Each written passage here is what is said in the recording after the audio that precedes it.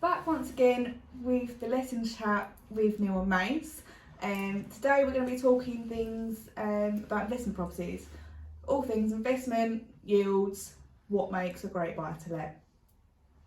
Good stuff. Yeah, I mean, I think there's so much to talk about when you talk about investment property. For me, you've got to be looking at what yield you're getting, what is the sort of percentage return on your money, how does it cash flow each month, and then also, are you getting any capital appreciation on the property, so you're actually making equity over time. So those are really the three things that I kind of look at if I'm assessing a buy to let. So let's talk about yields then. What makes a good yield to you? Obviously, being an investment landlord yourself as well, what does that mean to you? Yeah, so I think, in terms of yields, really you're looking, where can I get the best return on my money?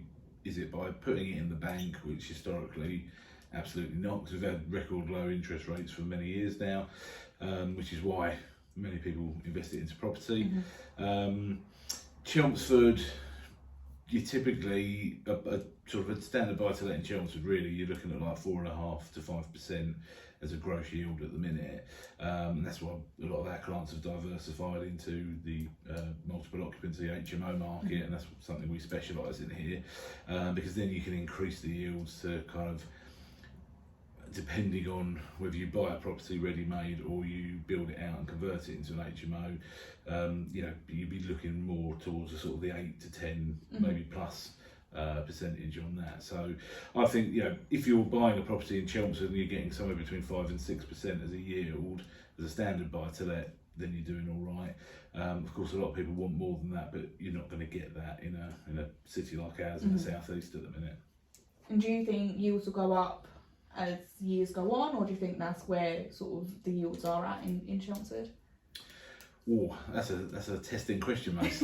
I think probably we're going to find that yields are pretty static at the minute. I think rents are increasing, however, house prices have also sort of been outperforming those over the last few years. So the rate of growth in the house prices has been more than the rate of growth on the rents we're achieving.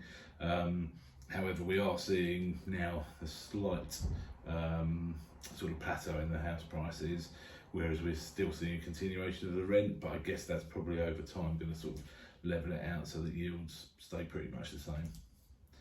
Okay, no, that's interesting. And you mentioned cash flow earlier, so again, how do you work that out? And yeah, definitely. So what I mean by the cash flow is so you can buy, like let's say a standard buy to let, bringing in £700 a month, let's say, or you can get yourself an HMO, and that's going to cash flow a lot more because you're getting multiple people living in it, so you're bringing in more income, but of course that does come with extra costs and things like that as well.